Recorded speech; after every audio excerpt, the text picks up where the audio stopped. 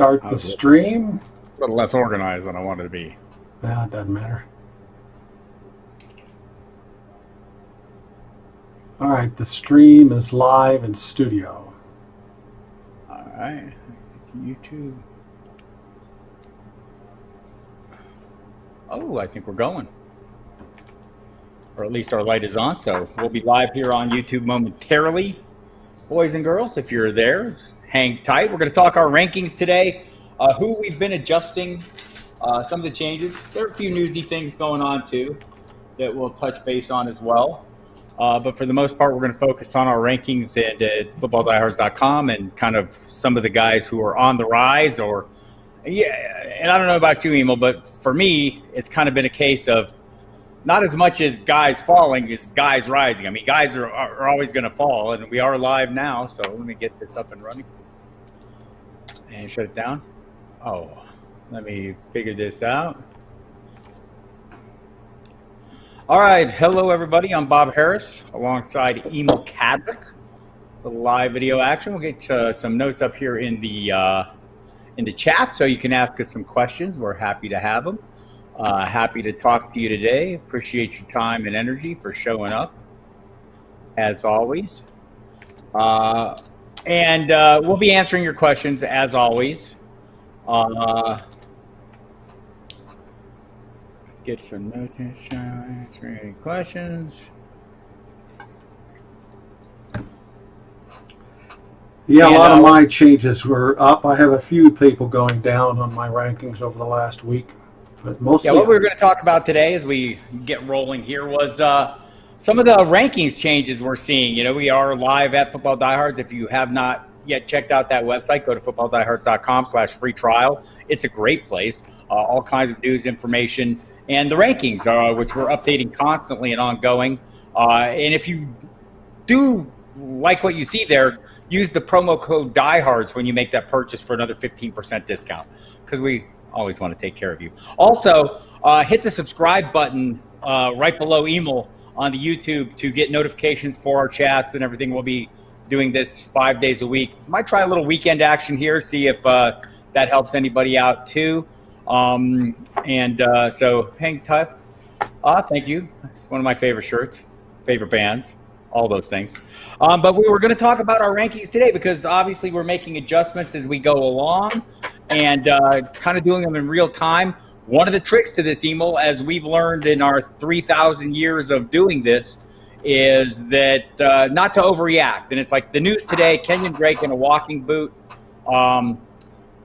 The news last week, over the weekend, Lamar Jackson having a soft tissue thing. Turned out it's a groin. You know, I had people asking me questions, on Twitter, etc. Wow, should I drop him? Is he still not worth a second-round pick? Speaking of Lamar Jackson.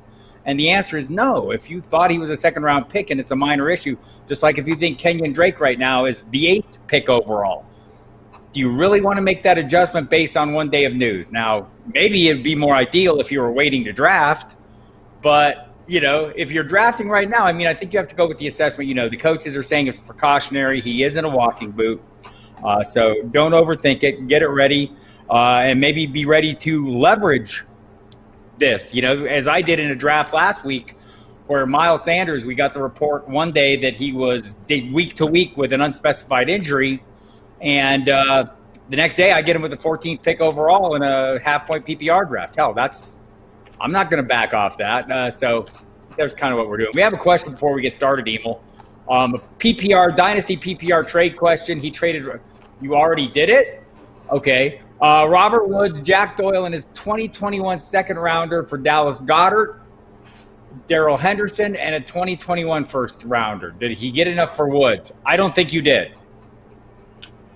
Yeah, where that first rounder is next year is important. That would be a big deal, yes. Yeah. So if it's really high, maybe so. But it's tough to give up Woods. And, Goddard had a good year last year. Right. However, he's still the number 2 tight end there in the Philadelphia Eagles. Right. As long as Zach Ertz there, he's going to play the secondary role. So he already had Goodwin, Ridley, and Moore. So I would have tried to get more, Matthew, but I get it. And what Emil said, I agree with. And I love Jack Doyle, by the way. So there's that. Maybe that's part of it. I think he's going to be a high volume guy this year.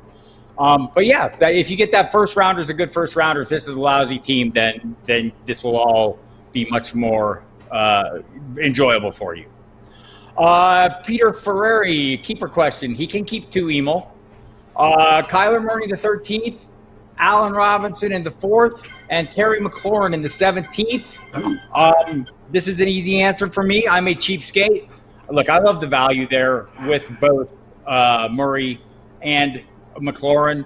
This was reading today, NFL.com throwing up that he's looking really good, McLaurin, in practice. Some of this is quarterback dependent. But, I mean, I think for the 13th and 17th round, I think those are the guys I'm keeping. Yeah, I totally agree. I like Allen, but the 4th round pick, you're getting so much for Kyler and Terry. It's easy.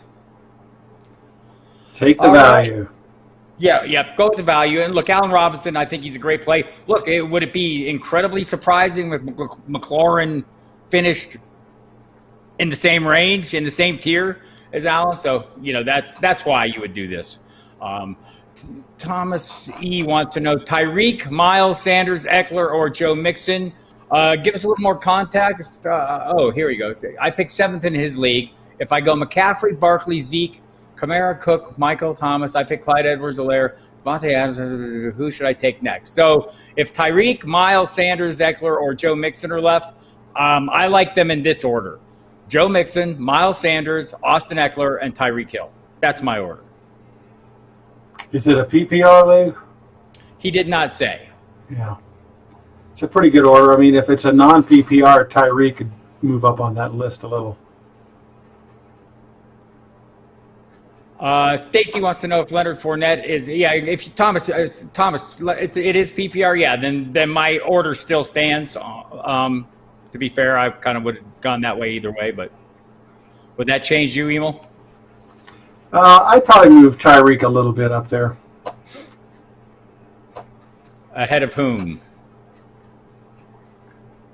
Throw the names out again. Tyreek, Miles Sanders, Eckler, and Joe Mixon. I'd move him ahead of all those guys. I'd put him number 1. All right. We are going to disagree on that one. Leonard Fournette, Stacy wants to know So, Thomas, I would be going 2 running backs without a doubt. Emil would definitely be going wide receiver on that one. So he votes with you. Stacy wants to know if Leonard Fournette is a top 10 back this year in a points per touch league. Yeah, he's likely going to be up in that 250 plus range.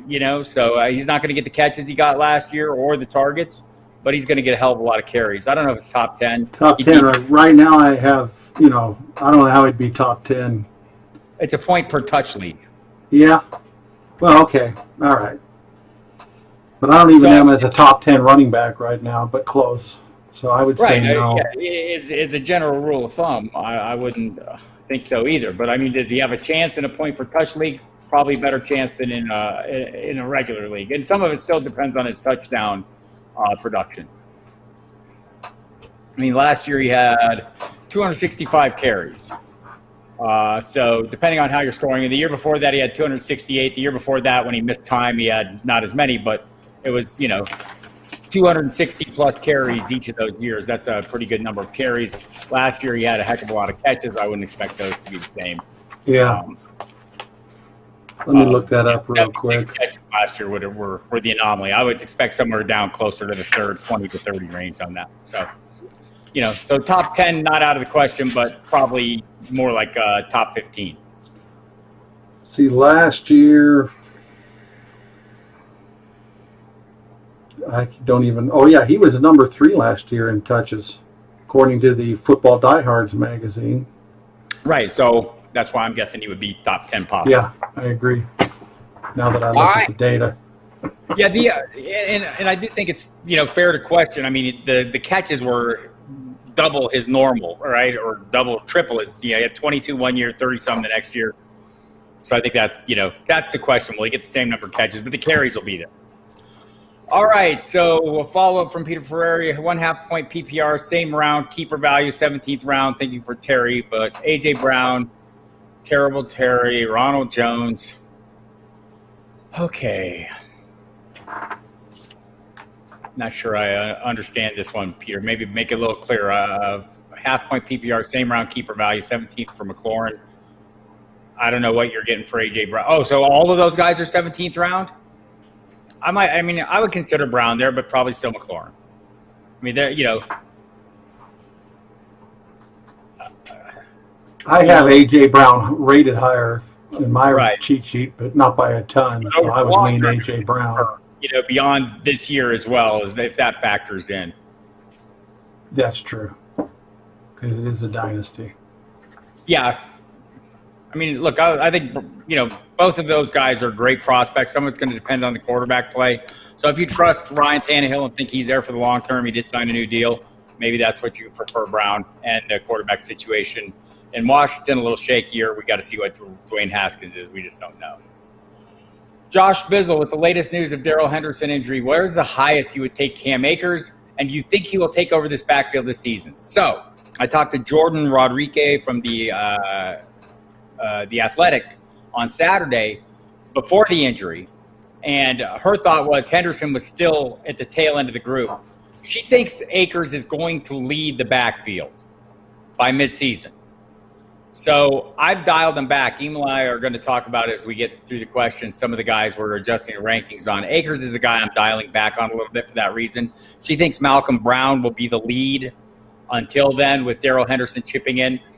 We don't know how serious Darrell Henderson's injury is. It's a soft tissue, looks like a hamstring issue. So, is it minor? Is it a tear? They haven't given that information out yet. So I'm not going to sit here if it is minor. I mean, he's going to be in the mix, but he was kind of the third man in the totem pole already. So kind of take that into account. The earliest I would take Akers, I don't have a hell of a lot of Akers. Let me check his current ADP and see if that compares with where I would take him. He's going off in the 5th round, with same range as James White, J.K. Dobbins, Marlon Mack, Jordan Howard after him, DeAndre Swift right ahead of him. He and Swift are a tough call for me. I'd rather have Kareem Hunt in the 5th round than any of those guys. I think that's where I'm at. And I do think Akers, look, you're looking for game winners or league winners down the stretch. Maybe it's Akers, maybe it's Dobbins. What do you think, Emil? Well, yeah, those are tough. Anyway, Dobbins, you're going to probably have to wait a little bit. You're going to have to wait a little bit on a lot of these guys. As far as getting adjusted the first few weeks. I'm sorry, you said something? Yeah, maybe Akers as well, based on the reporting. If she thinks it might be midseason before he gets the full role, Akers, that's a little concerning. I mean, look, all these things play out as competition injury factors for him or Dobbins. And it's, so don't be surprised if they're not doing much the first 2 or 3 weeks. It's an interesting thing you said about Kareem Hunt, who was a running back 2 last year when he came back from suspension. He's going to come out of the gate probably a running back 2. The question is, one of these rookies by week 14 or so, will they overtake him is a great question. Because right now I have Hunt rated slightly below those guys, and actually Swift and Hunt I have virtually the same plays. Yeah, current ADP says Hunt's going a little earlier than those guys. I mean, and I guess that's it. It's maybe a matter of roster construction. But in round 5, I mean, if you're counting on someone to produce for you right then, might be a reach with Akers. I think Swift more likely in my estimation at that point. And I think Kareem Hunt's going to have a solid weekly floor. Outlook on Alshon Jeffrey and Mohamed Sanu, drafted them both in the 11th and 13th round. I think Alshon does. Our buddy Adam Kaplan has said that he doesn't expect Jeffrey, to start the season on PUP, that that they'll take him off PUP. That doesn't mean he'll be ready week 1 or week 2. It just means he won't have to miss that 6 weeks mandatory and then the 3-week window to see if he's okay to go. He thinks he'll be ready sooner than that. Jeff Mosher, who another local observer in Philadelphia, told me the same a couple weeks ago. Sanu, he's not been great in camp, and some of the reporting, at least one report yesterday, suggested that he's a possible candidate for release. I don't know if it's going to go that far, but I think it's a little risky. But nobody else is shining. I mean, Gunnar Ozlowski, or whatever his name is the guy that they're talking about in camp right now as being the second best receiver after Julian Edelman. So I think there's still a lot of a lot of things to figure out in that offense before they get it figured out. Timothy Miller thinks the Chargers are going more conservative on offense, which he thinks Rivers was fighting in us 11 bad years. So I'm down on their receivers. What do you think?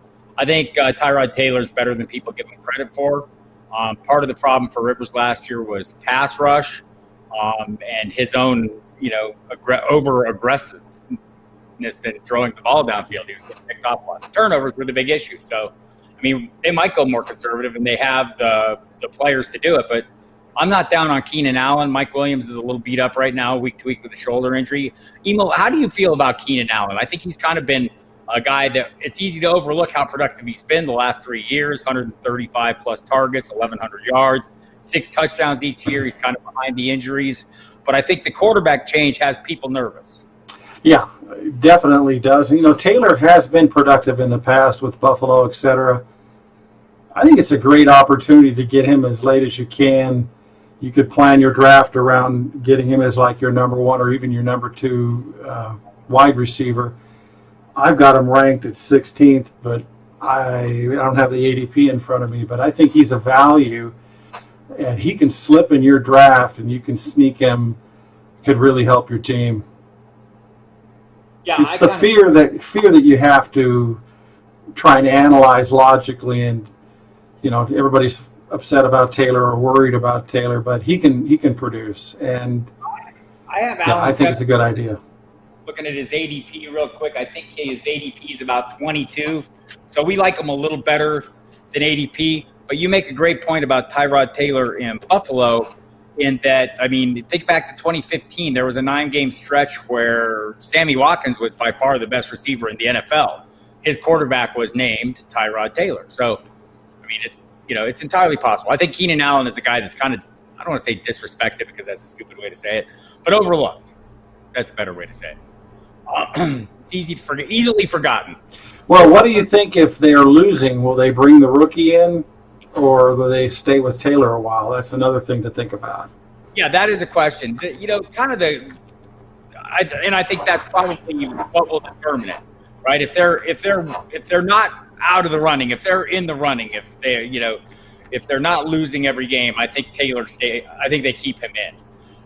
And that seems to be the consensus of local observers. Gilbert Manzano from the Orange County Register I talked to on Saturday, and that was his feeling as well, as he kind of expected that Taylor would be the guy. But we all see, if you watch Hard Knocks, you see the slow motion, man. Justin Herbert is getting the slow-mo treatment. He gets the, dropping back, the hair flowing in the breeze, the beautiful spiral coming out treatment. Someone always gets that every year. It doesn't mean they're great. It means they look good on camera. So we'll see. Taylor's my guy for now, and I think he's a great late-round flyer, Think about it. What is their early schedule, Emil, in Los Angeles? Do you have the schedule in front of you? Let me look it up in the magazine. It's quicker. Yeah, because I think they have a pretty favorable schedule early on. So, like for me, if I like a guy like Daniel Jones, who I know has a very tough schedule early in the season, maybe I want to compliment him with a quarterback that's going to get off to a faster start. Maybe Tyrod Taylor would be. All right, here they are. They play at Cincinnati week 1, then Kansas City at home, then a home against Carolina, then at Tampa Bay and at New Orleans. That's the first 5 games. They don't have a bye till week 10. Yeah, I think that kind of works out pretty well, for an early season start. If you're looking to get off to a quick start, I think Taylor gives you a chance for that as well. And the bye is week 10. A lot of times that's when you make changes during your bye, so it's going to take a while to get there. Week 2. Who's our first round bust? Who do you consider a first round bust? Man, I'm sitting here frustrated by that question. I hate to be negative. I don't really have a guy who jumps out at me in the first round. What's your opinion? I think this year was the hardest one for me as we did the magazines to identify a first round bust. I think at the time I did it, I picked Aaron Jones because he was still going in the first round. Yeah. But he's not anymore. So as I look at this, I mean, if you made me, I know Derrick Henry's a popular one. I don't think it's going to be him. I mean, I can't come up with one. I would probably go with Kenyon Drake just because we haven't seen, the extended usage like he got last year. And I mean, he was heavily used. Once he took over as a starter, it's true feature back usage. So, I mean, if you're worried that he can't hold up to that, I'm going to be honest with you. I don't see anyone busting in the first round, even though I know they will. Right? There'll be somebody. I mean, Hopkins is a possibility. Is going to a new team. He's a great player, but first round though. Pardon? I haven't seen him go in the first round much anymore. Oh, really? Oh, okay. Let me look at ADP. I mean, I've seen him go. Yeah. So, I'm struggling with this one. I've been thinking about it a lot, and it will probably. Let me just look at the current ADP and see where everyone's playing. So if we're going through 12, Miles Sanders, who a month ago I probably would have said Miles Sanders. Kenyon Drake's now going outside. Joe Mixon, Devontae Adams, Josh Jacobs, Derrick Henry, Clyde Edwards-Helaire, Ezekiel Elliott, Michael Thomas, Dalvin Cook, Alvin Kamara, Saquon Barkley, Christian McCaffrey. Those are your first-round picks. I mean, someone's going to bust, but sitting here and pretending I can figure out which one is maybe granting me greater powers than I have. It certainly isn't something that just jumps out at us. You'd love to be able to predict that correctly and pick the right players, but I don't have somebody that I hate in the first round. The easy thing to do would be to say the guys who are highest have the highest expectations and are the most likely not to live up to them. So if you slapped me awake at 3 a.m. and said, who is it? I would say Christian McCaffrey's chances of being the number one running back overall again, seem like the odds are he won't be. I don't know if that makes him a bust or not. And same with Saquon Barkley. I mean, it's entirely possible. Again, mentioned the tough early schedule.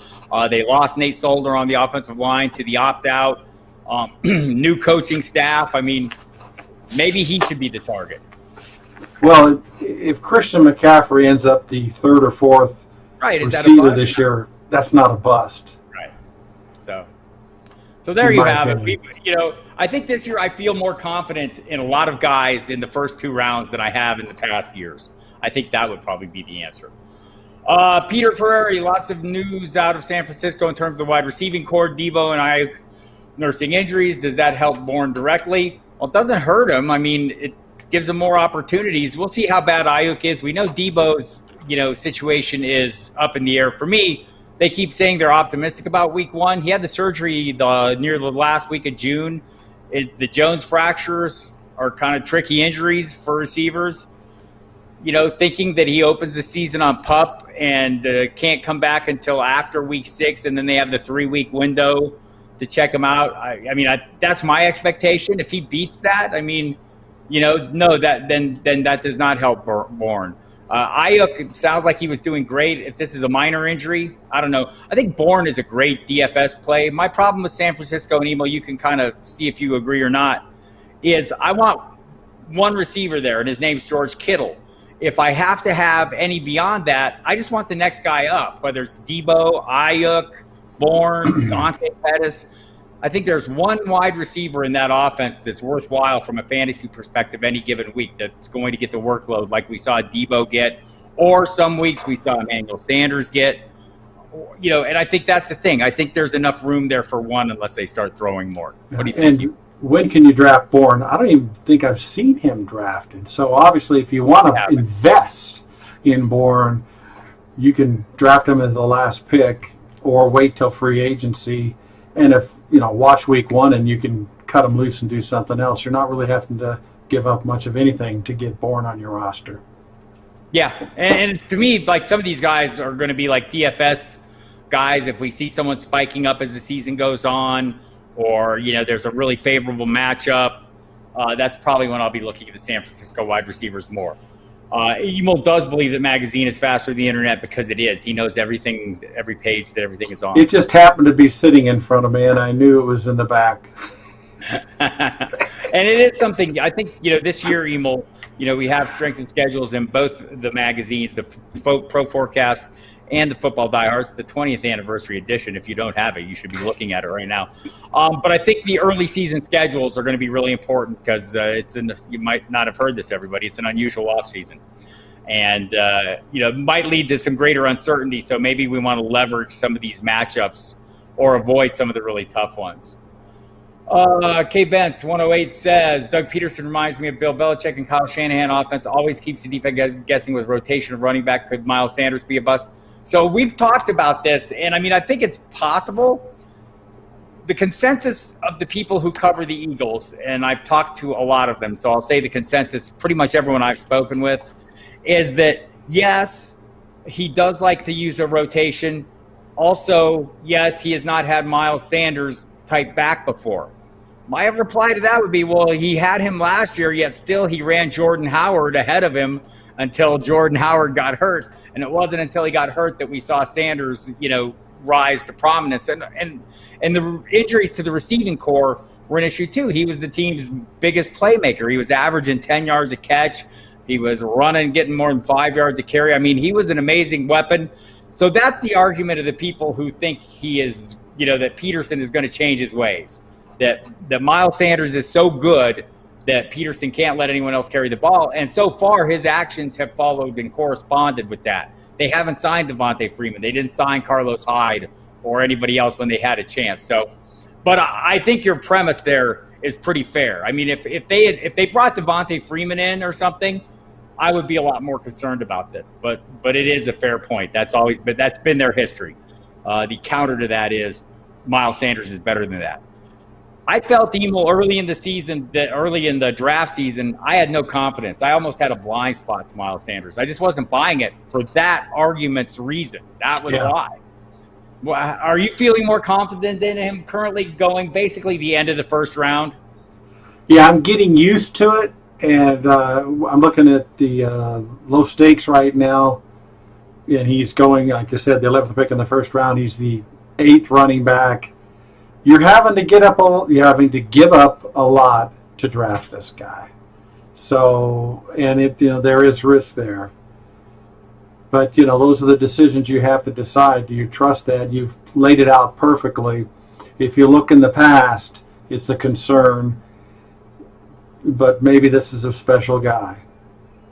Do you feel kind of the same about Kenyon Drake? Like, not so much like we saw the role was phenomenal last season. Once he took over as the top back, his usage was truly high end. I have some numbers here that back that up. Let me bring them up in front of me. Cool. Once he was the 8 games where he was the starter, they'd moved on from David Johnson, etc. 8 games to close the season, he played 79% of the snaps. He handled 85% of the carries and got 81% of the targets to running backs during that span. That's like total feature back role. Are you confident he can hold up to that for the full season? And the only reason we wonder is because we haven't seen him do it. We all thought he could do it in Miami, and we were cussing out Adam Gase for not letting him do it. I think he can do it. You've got a little bit of different dynamic. You've got a new starting wide receiver who is one of the top 4 or 5 best receivers in the league.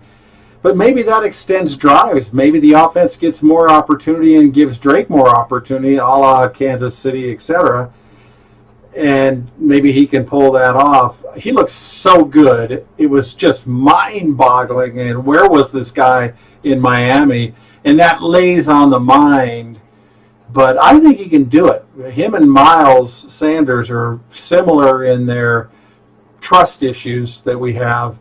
But they were willing to really let this guy go. And, of course, you got to worry about the running quarterback, and now you got to worry about Hopkins.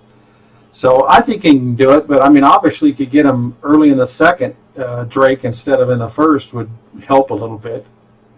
Yes, I would feel much better if I could. And I'm not seeing him much. I did get Sanders last week in a draft off some injury news. And also, Kenyon Drake, in case you missed it at the top, is currently in a walking boot today, not practicing. Cliff Kingsbury says it's not a big deal, just precaution. So you'll want to watch that. By the way, if you're not a subscriber to the website, go there now and check it out for free. FootballDiehards.com/free trial. You can see all the news and notes. We have a constant flow of camp news, little tidbits like this, and who's performing well, who's not performing well. And we're using that a lot to adjust our rankings. I know Emil and I are digesting these each day, and we're adjusting our individual rankings, our staff rankings. The rest of our staff are following up with their rankings as well. So I'm curious, a couple guys, let's maybe start at quarterback, Emil. What quarterbacks have been moving for you? Who's been the most notable change in your quarterback rankings in the last week? Let me find my list. For some reason, it's disappeared. But off the top of my head, I'll start with mine. I have the list right. Joe Burrow's moving up for me. And I don't know if it's in some cases it's easy to say guys are moving up because other guys are moving down. I think Joe Burrow is legit moving up for me, man. The reports out of training camp are really glowing.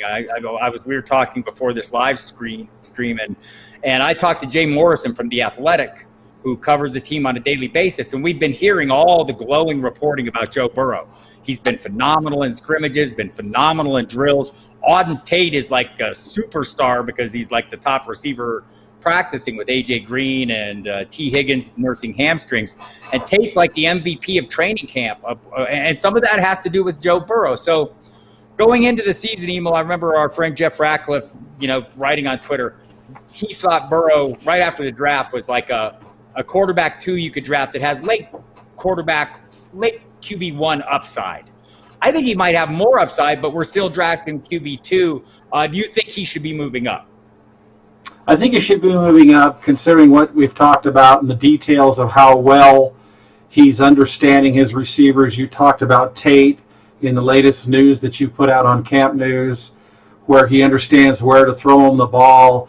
And just the way he talks, it really sounds like he understands what he's doing and he knows how to adjust to his personnel and adapt to that. Those are good signs, and obviously his ADP is moving up. But again, here's another quarterback that we can get in the mid-rounds as even your number 2 quarterback, or if you want to slide and kick him as a number 1 and then get a second one as insurance, it's still a valid thing until he gets much higher in the ADP.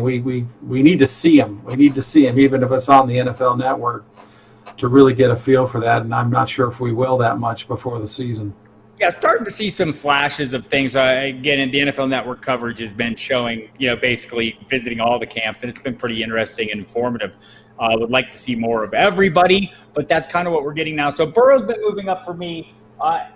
Josh Allen's been moving down for me some. And I guess my concern is, and part of it has been other guys moving up, like Tom Brady, I'm gaining more confidence in. So he's moved up. Aaron Rodgers, maybe we're all coming to our senses that he's going to throw for 4,000 yards no matter what. And part of it is one of my rising running backs might cut into Josh Allen's goal line carries. That's maybe my biggest concern. We'll talk about Zach Moss, I'm sure, here in a minute. But Josh Allen moving down for me. Who are your guys moving up and down, Emil? I have, just going over real quick, I agree with you. I had Allen at 8. And I just with all the stuff we've been talking about, I moved him to 10. I've got Tannehill at 11. I moved him to 13. Why? You can get him as the 20th quarterback. And I sometimes like to be a little damped in my cheat sheet, as we've talked before, where people, when they see somebody at 11, then they draft them in the 5th round or the 6th or the 7th round, when you've got to really understand the ADP. I may have Tannehill at 11 or 13, but he's going as the 18th, 19th, 20th quarterback, and I hope everybody understands. Don't draft him after 10 quarterbacks go. He's a late-round guy still. So I moved him down just for that reason. I moved Drew Lock up just a touch. He's at like 20 right now. Not much, but a little bit. So that's where I'm at with my quarterbacks. Yeah, I'm kind of with you on Tannehill. I'm amazed that he's the 20th quarterback off the board. Let me look back at current ADP. But, I mean, up to this point, he's been going so late, it's making me crazy. And I get it. We don't have a lot to hang our hat on. But, man, we have more than that to hang our hat on. And he is still currently – Well, here's an interesting parallel. We're talking about running backs, Drake and Miles Sanders, about how you have to give up a lot of value to get them, where Tannehill was a top 5 quarterback in the second half of last season, and you can get him as your 3rd quarterback if you had to. So he's a great value and has similar questions and concerns. And so he's an easy RB quarterback, too, if you're taking 2 quarterbacks.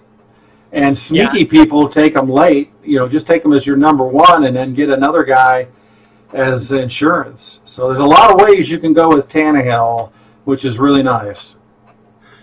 Yeah, so I thought you made a great point there, and one that makes ranking more difficult. And maybe just to explain a little bit about what we're trying to contend with as we're doing it. Like maybe I like someone way better than ADP, so and I push them up. Tannehill's a prime example, or maybe Joe Burrow. These going later.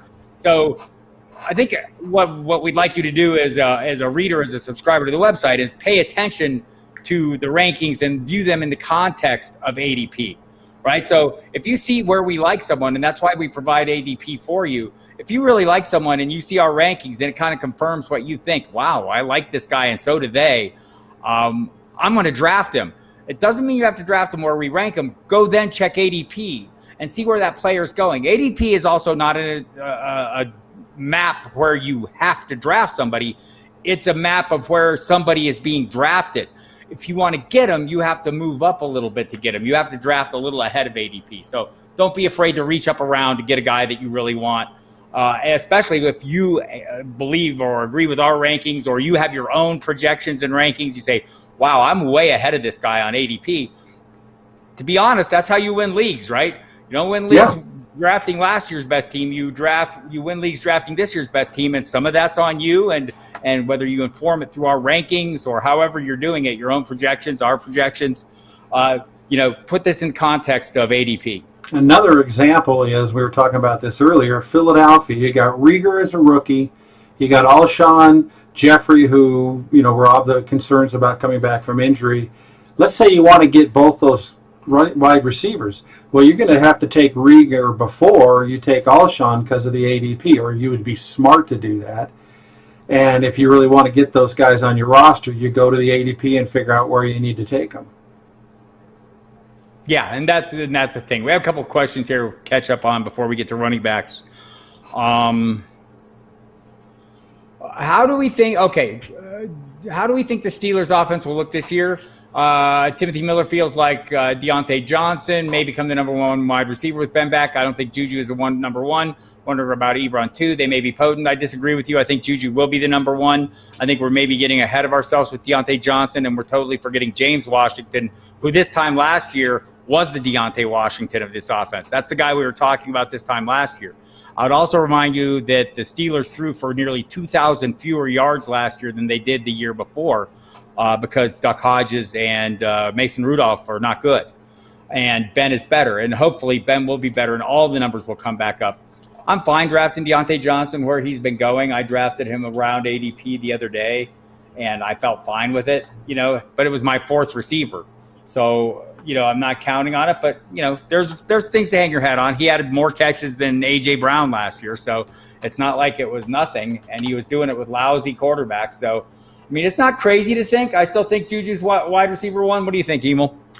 I think he's a wide receiver one. I was a little concerned last year. He didn't seem to get open as easily as I thought he could. I've got him a little lower. Typical of people are taking him before me. And, so I'm excited about him, but not as excited as everybody else. So my shares of him are like 0. So if I want to get him in one of my leagues, I'm going to have to draft him higher. Deontay Johnson, again, you don't have to give up a ton. He's going in the 8th round. Well, 8th round is a pick. So, and maybe you back him up with James Washington, who his ADP is 18th, 19th round, whatever it is. I didn't even look. That would be a way to group two wide receivers together and then find out if you got room on your roster.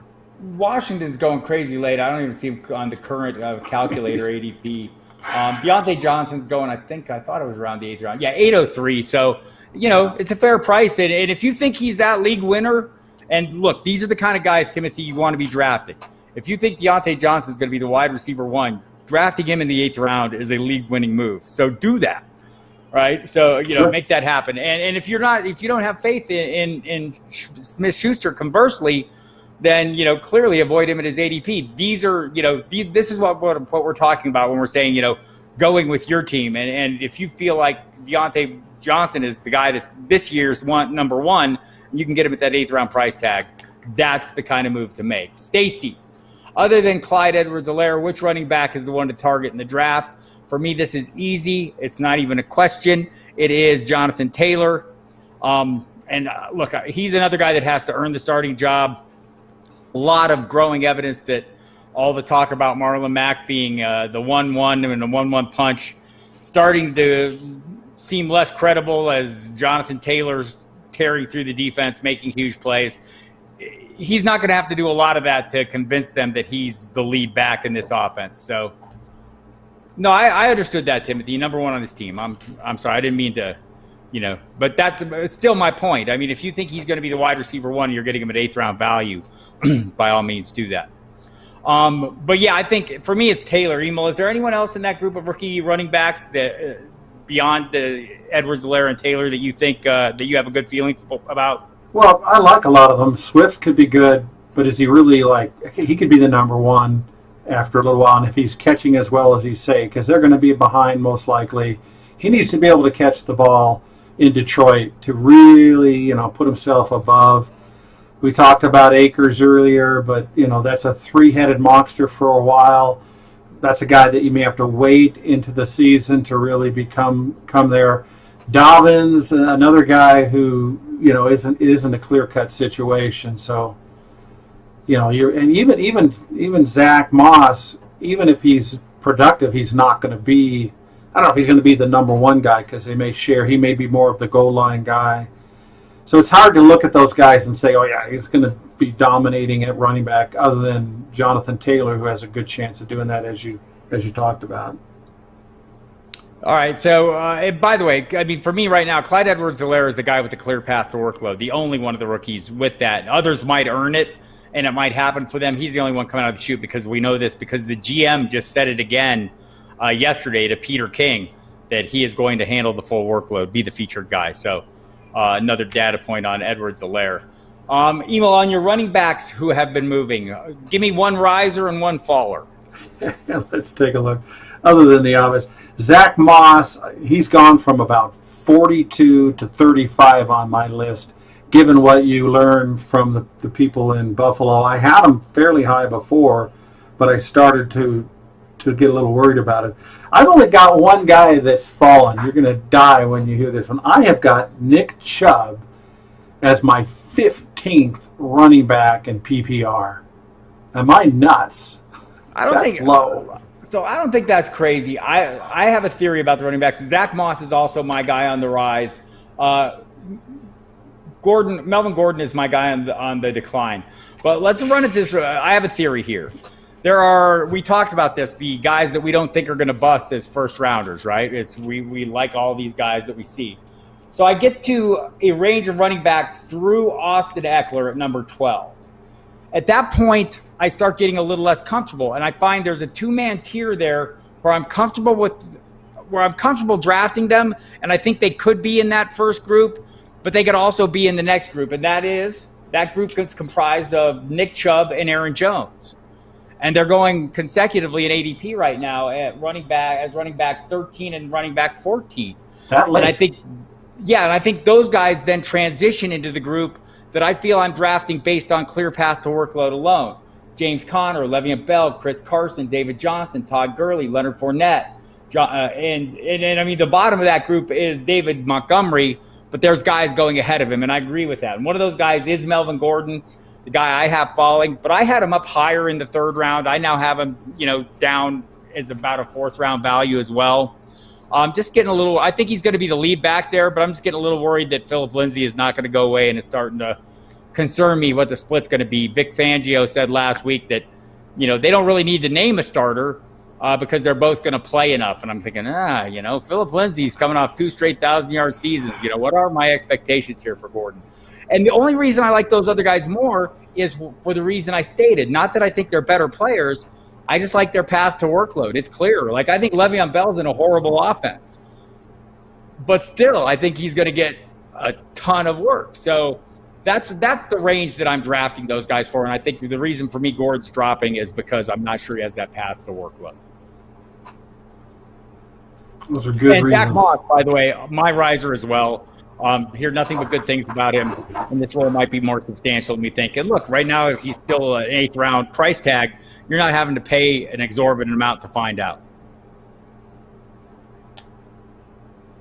All right, so let's look at wide receivers. Or let's do a quick question here before we get into those. Yeah. Lindy Harsani. Oh, sorry for butchering your name, Lindy. My league is switching from a standard to a .33 PPR. The scoring, should I still be targeting standard players, Emil? Well, you're closer, a third.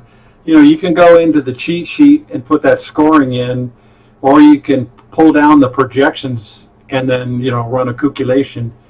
Obviously, you're much closer to standard, but if you run those things, you're going to be able to kind of see where people are moving, and you'll get some that you'll maybe surprise you. Yeah, what he's talking about is our configurable cheat sheet that's available on Football Diehards. You can go in there, plug in your roster requirements, plug in your scoring system, and it'll use our rankings to spit out a new set of rankings based on your scoring system. And what you can do is compare it with a regular PPR version of that list, a standard version of that list, and then this version, and see kind of what the differences are to get a feel for how much of an impact that would have. So, Emil, give me a riser and a faller at wide receiver. Wide receiver, well, let's see. I actually moved up Robert Woods from about 18 to about 15 a week or two ago. I noticed I was kind of ignoring him in my drafts, and so I kind of reanalyzed him. And with Cooks leaving, that's not a big move, but when you're in the top 20, it's a significant move. Falling, I'll give you a couple of guys. T.Y. Hilton, let me shut that off. I moved him from 20 to 26 or 27.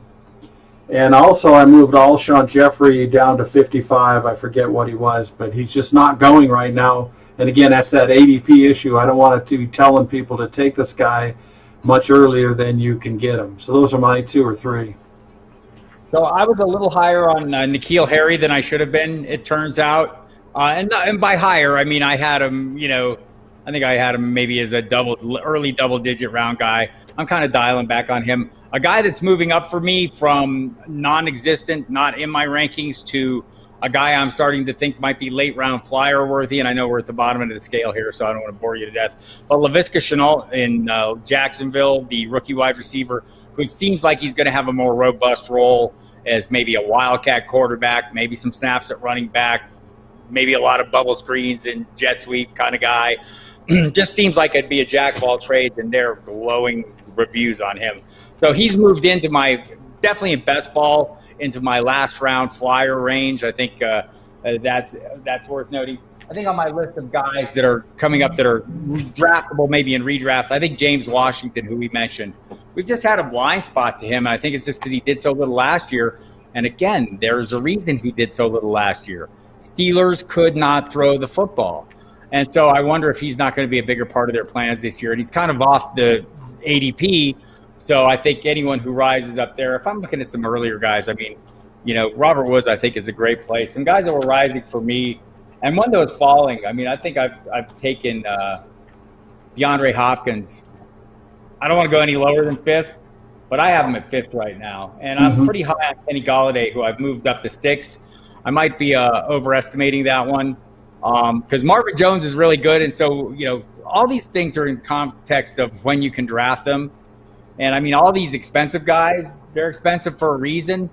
But if you look at them like Marvin Jones down closer to the double digits or maybe the 8th round or whatever, you think, wow, he could actually, he almost scored as much as Kenny Golladay last year. And we're talking about a 6th round difference in ADP. A guy that should be rising up your rankings, if he hasn't already, is probably Will Fuller. I realize the shortcomings. I understand what I'm telling you. Will Fuller gets hurt a lot. I know that. So does Brandon Cooks. I think either of those guys. The thing about Fuller, and then I've read the numbers off here, so I won't bore you again, but if you combine his last 16 healthy games where he got at least 7 targets, he's been wide receiver 7 over that 16-game stretch. He's been a top 10 wide receiver. I think when you're getting him in the 8th round, that's a league winner. That's a guy that if he comes through and makes good on his potential at an 8th round price, is going to be a guy who wins you the league or helps you win the league. Yeah, as a matter of fact, I moved him up from 34 to 26. So his ADP is going up a little bit, and he's a really intriguing player. You hate to look at his injury history. You glance over his stats at the site, and it's Swiss cheese. But man, the potential's there. So Yeah, he has the locked-in connection with Deshaun Watson, and I have it on good authority. There are a lot of open targets there. Let's just hope they double team Cooks and leave Will Fuller open.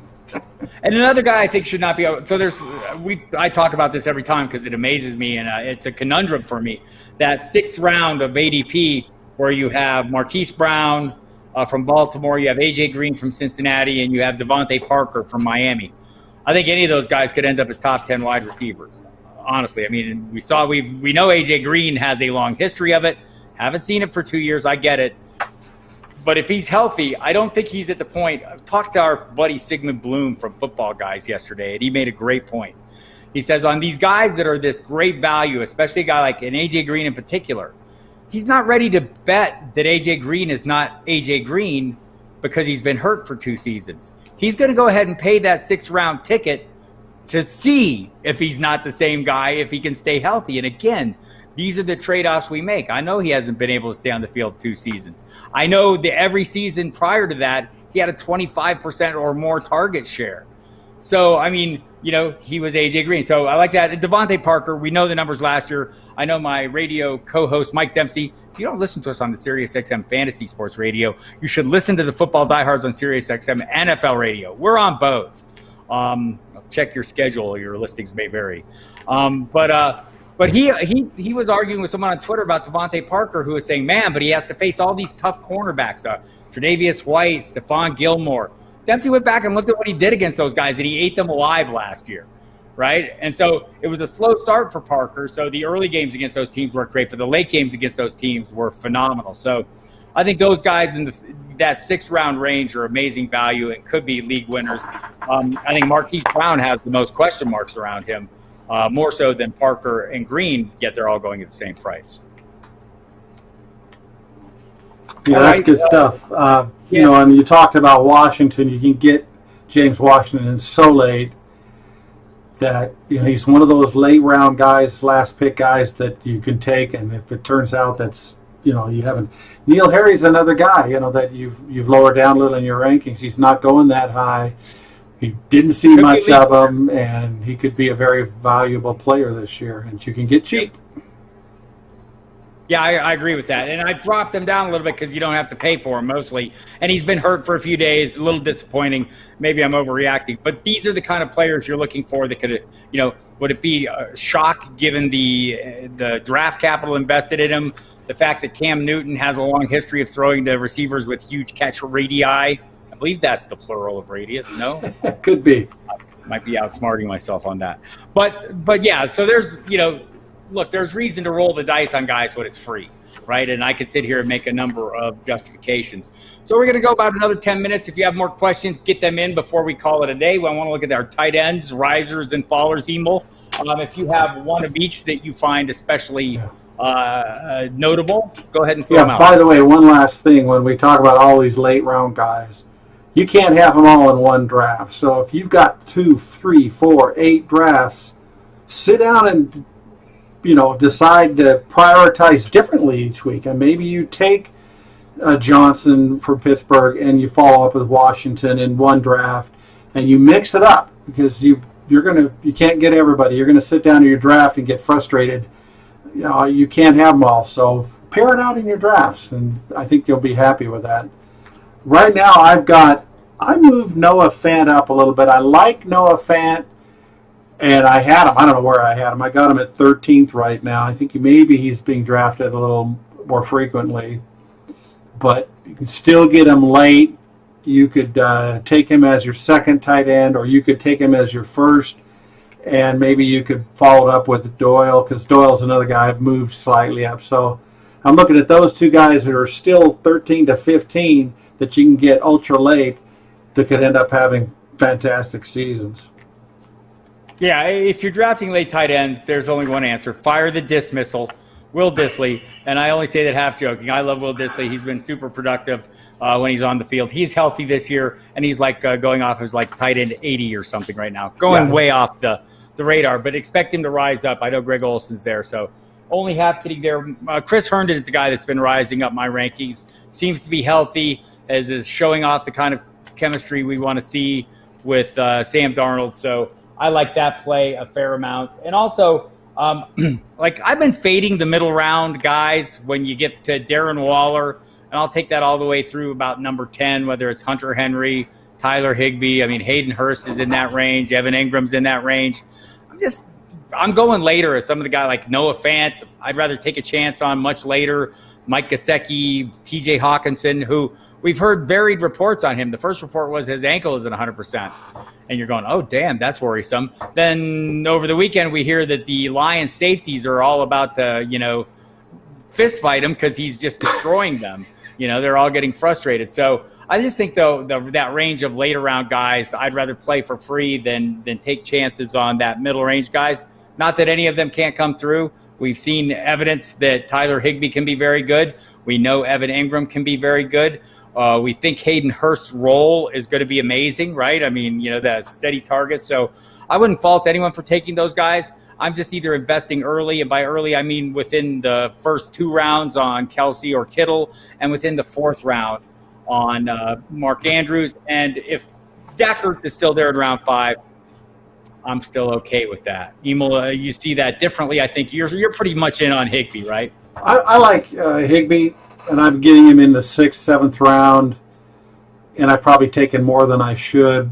The evidence from the second half of last year. But I totally agree with you. It's it's different. Every year things change, and a lot of times tight ends have been very similar. The top 3 for years was that they were it and nothing else. But there's a lot of guys, and a lot of the names you mentioned, are sophomores or juniors or second year, third year, because tight ends just seem to have trouble their first years. Very seldom do one does well. So a T.J. Hawkins and some of these other names we're talking about, Noah Fant. There's just a lot of guys. I mean, look at Gesicki. He's not a second year guy, but he didn't look that good. He's developed his body and his skills, and a lot of times these tight ends, after a few years, you really need to consider them. And I think we got a bundle this year. So like I said, if you don't get one of the top guys fall into your lap or invest in them, you can wait a long time. And Doyle's and all these guys you're talking about could end up being let's say top 8 tight ends, which would be very valuable for you when you're getting them in the late rounds. Yeah, I totally agree with that. And Jack Doyle's a guy that should not be overlooked. Going to be heavily used, even with Trey Burton there and Mo Alley Cox. Get that. So we're going to wrap this one up for today. We will be back tomorrow night. That would be Tuesday night, 8 p.m. Eastern time. Are we going to mock, or what are we going to do, Emil? Yeah, I think we'll have a mock. We skipped a mock late last week, and we'll come up with one. So you guys watch your email, because if you want to get into that mock, we'll probably put it out about an hour before, so we don't get any default drafters. And so it should be fun. We'll probably do a PPR, 14 rounds. And I'll be here to ask questions. I won't take part in the mock, so I can better answer your questions and make fun of Emil's picks, and we'll see who else joins in with him. In the meantime, hit the subscribe button right underneath Emil if you want to get the updates on your notifications on your device for when we go live or when new content comes up. That's always a good thing. Just right below subscribe button, bing, hit the bell, do all those things. Also, go to footballdiehards.com/free trial to check out what we're up to if you're not familiar with it. If you are familiar with it, you say, why haven't I bought this yet? Go to the order page, use the promo code Diehards to get a 15% discount. And you'll get the digital copies of the magazines. It's the 31st edition of the Fantasy Football Pro Forecast. It's the 20th anniversary edition of the Football Diehards magazine. On top of that, August Update Draft Guide is rolling along. Tons of tools, content, an endless stream. And I can tell you this with some certainty because I create some of that stream, and it seems even more endless from this end. So get some of that. And be ready. The Flash Update will go live, of course, week 1 of the season. That's the in-season component. And this year will feature My Fantasy GM, a tool that Emil has put considerable work into that will marry up all your roster-specific information, bring it into one place, allow our technology and our data and our rankings to work on it, help you pick out free agents, identify them ahead of the curve, ahead of your opposition, lineup optimizers, all kinds of good stuff to help you win your league without putting in as much effort as you do. I have 20 plus teams, right? It's hard for me to make free agent moves. My fantasy GM is going to change that. It's going to put me on the forefront, and I'm looking forward to using it. It hooks up to all the major commissioner platforms out there. So if you're out there, playing on NFL.com, My Fantasy League, the Sleeper app, Yahoo, wherever you're playing, it'll pull that in, and soon to be real-time sports as well. I know you've been working on that, Emil. How's it going? Still working on them. All right. Hopefully we'll get it before the season starts. All right. So there you have it, everybody. Thanks again for coming along. Hit the subscribe button. Come back tomorrow. Watch your emails in the interim. We'll be here every day this week. Monday, Wednesday, and Friday, we're at 3 p.m. Eastern. Tuesday and Thursday, we're at 8 p.m. Eastern. We love seeing you. We appreciate your questions, and most of all, we appreciate the time you give us. Thank you very much.